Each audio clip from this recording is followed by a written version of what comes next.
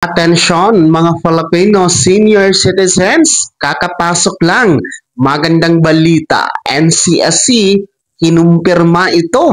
Libre po kayo mga senior citizens.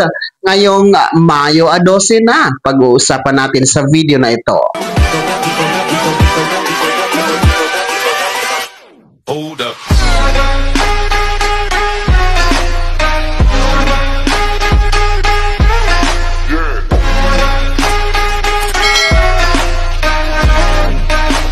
Hello mga ka-vlogs, welcome dito sa aking YouTube channel. Magandang araw po sa lahat ng mga manonood. Saan po kayong dako sa mundo? Kumusta mga ka-vlogs? Eto mga lolo at lola, kakapasok lang, magandang balita, kumpirmado mula sa NCSC.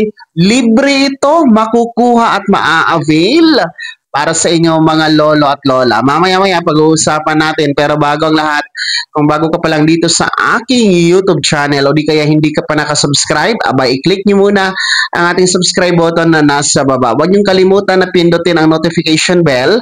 Ilagay nyo po sa all para naman updated kayo sa lahat ng mga videos na aking i-upload. Eto nga po no, magandang balita, kakapasok lang mga senior citizens. Kumpirmado po, inanunsyo ng NCSC sa pamamagitan ng kanilang Facebook page na libre po ang pagsakay ng mga senior citizens. Kasama po ang mga PWD o persons with disability at ng mga buntis no, ngayong Mayo 12. Dito nga po sa early hour voting na ipapatupad po para sa mga senior citizen. Libreng sakay mula alas 5 ng umaga hanggang alas 8 ng umaga. Kasi ang early voting mga ka-vlogs, no, mga seniors, ay magsisimula alas 5 ng umaga hanggang alas 7 ng umaga. May mga priority lane po na ibibigay ang bawat precinct, no, para po sa pagboto ng ating mga nakakatanda, mga PWDs at mga buntis na din po. So, ang libreng sakay na ito ay sponsored po, pinangunahan po, promo po ito ng COMELEC at ng Grab Philippines mga ka-vlogs. Ayon po yan kay Attorney Bonifacio ng Grab Philippines, no? Magbibigay nga po ng libreng sakay ang Grab, no? Mula alas 5 ng umaga hanggang alas 8 ng umaga para sa mga nakakatanda po natin na mag-avail ng early hour voting. Kaya puntahan nyo po, no? Agahan nyo po ang pagboto kahit paano mas maaga po, hindi pa masyadong mainit, no?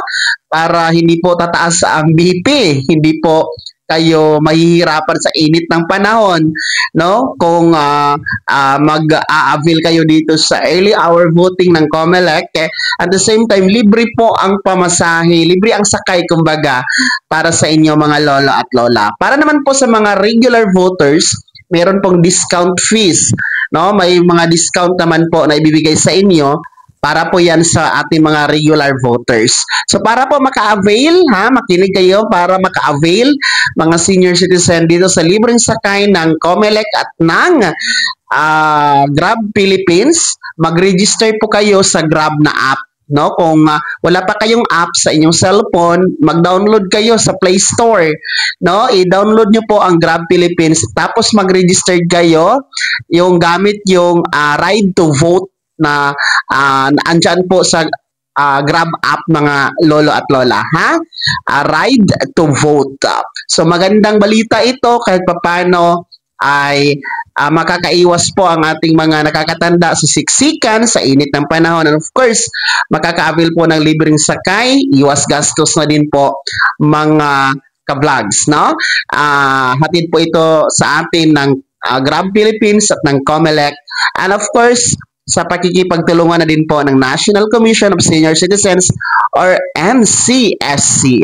Kaya naman mga Filipino senior citizens, ano po yung komento at reaction sa balitang ito? Kayo ba ay natutuwa dito sa libreng sakay na ibibigay sa inyo ng Grab Philippines at ng COMELEC at ng NCSC?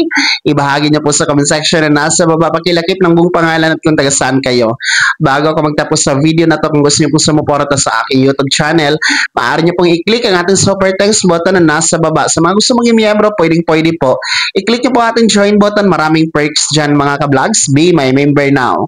Sana naging gabay ang video na to at paano na pag-uusapan natin ang mga mahahalagang bagay-bagay na may kinalaman sa ayuda programa at benepisyo ng mga senior citizen. Kung hindi ka pa nakasubscribe dito sa aking YouTube channel, maaari nyo nang i-click ang ating subscribe button na nasa baba. Huwag niyong kalimutan na pindutin ang notification bell. Ilagay niyo po sa all para naman updated ka sa lahat ng mga videos na aking i-upload.